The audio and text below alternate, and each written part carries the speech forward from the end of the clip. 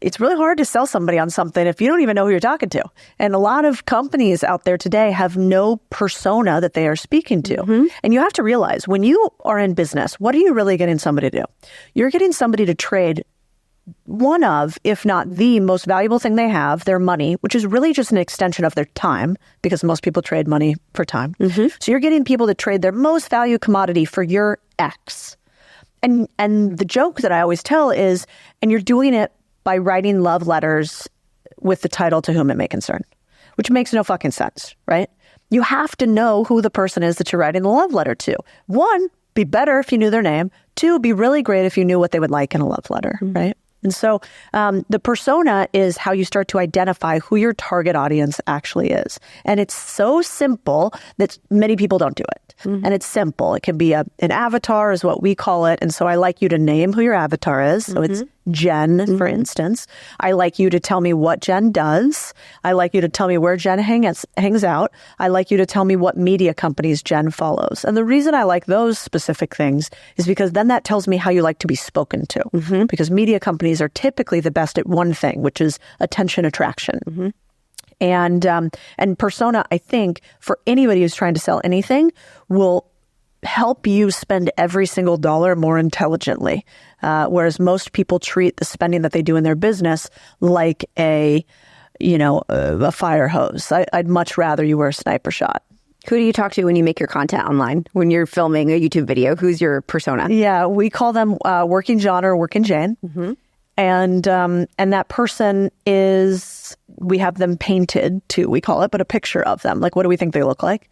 And that person is somebody who is really smart, really capable, highly employed for the most part, and maybe even running their own business, but not where they want to be in life, typically financially, and probably also from a knowledge basis. They're like on their climb, they haven't peaked yet.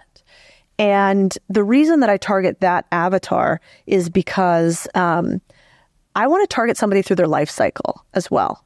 I want to stay with somebody from the moment that they first start learning about investing to the moment that they run a Fortune 500 company. And if I can target somebody at that, it's called a trigger point, right, in marketing. So some people target people for a age, demographic, race, etc. I like to target them with a trigger point, a point in their life where they feel like there's a pivot coming. And our pivot is their realization that what they're doing right now isn't working, and that they want that next step of freedom. And so those are our humans we try to speak to. I love it. And I love you giving the example so people can understand, okay, this is what a persona really looks like. Cody has her persona. It's Working John and Working Jane. Yeah. Who's mine? Okay, so there's a second thing now that you need to have in your business in order to make it a sellable business. What is it? Well, it's a product. You got to sell something. Yep. And so each segment of this is, I'm not going to give all three. We'll let you surprise them with the last one. But we have something called Startup to Scale Up, which is how we take companies from $0 to 9 figures in revenue. And that this is all part of the startups phase, that $0 to $1 million in revenue. And lots of people have a product. But the problem with most people's product is that you cannot build it once and sell it continuously. Yep. Most small businesses are jobs. And because people don't have what I've called a productized product or service, they actually end up trading their time for money, which is okay in the beginning, but not great long term, because we all get old and we want vacations and we want to take time off and all of that. And so I focus a lot on trying to take our businesses and wrap repeatability around it, and wrap consistency around it, and wrap what I call recurring revenue value. Yes. And so each of our businesses, that's one of the first transitions that we make. And it's really important if you want to have a business that you love, not a business that you work in. That's right. You were talking about having a job versus having a business. Right. Okay. So what's the third one? And the third one is process. Yes. So most small businesses are barely held together series of disasters. And so if you run a small business, ask any small business owner how they like their industry and their particular business that they make money in, the thing that they drive revenue from. And I can almost guarantee you they'll go, it's so hard. It's the word, if I did this, it'd be better. Or these guys over here have it. No business owner actually loves their industry. It's a fascinating internal fallacy we all have that we call the grass is greener. And so the reason I believe that people don't actually love their business is because they don't have it processized correctly. And so I think every business is the same thing. Every business has sales, every business has marketing, every business has ops, every business has finance, and every business has some sort of admin and customer service.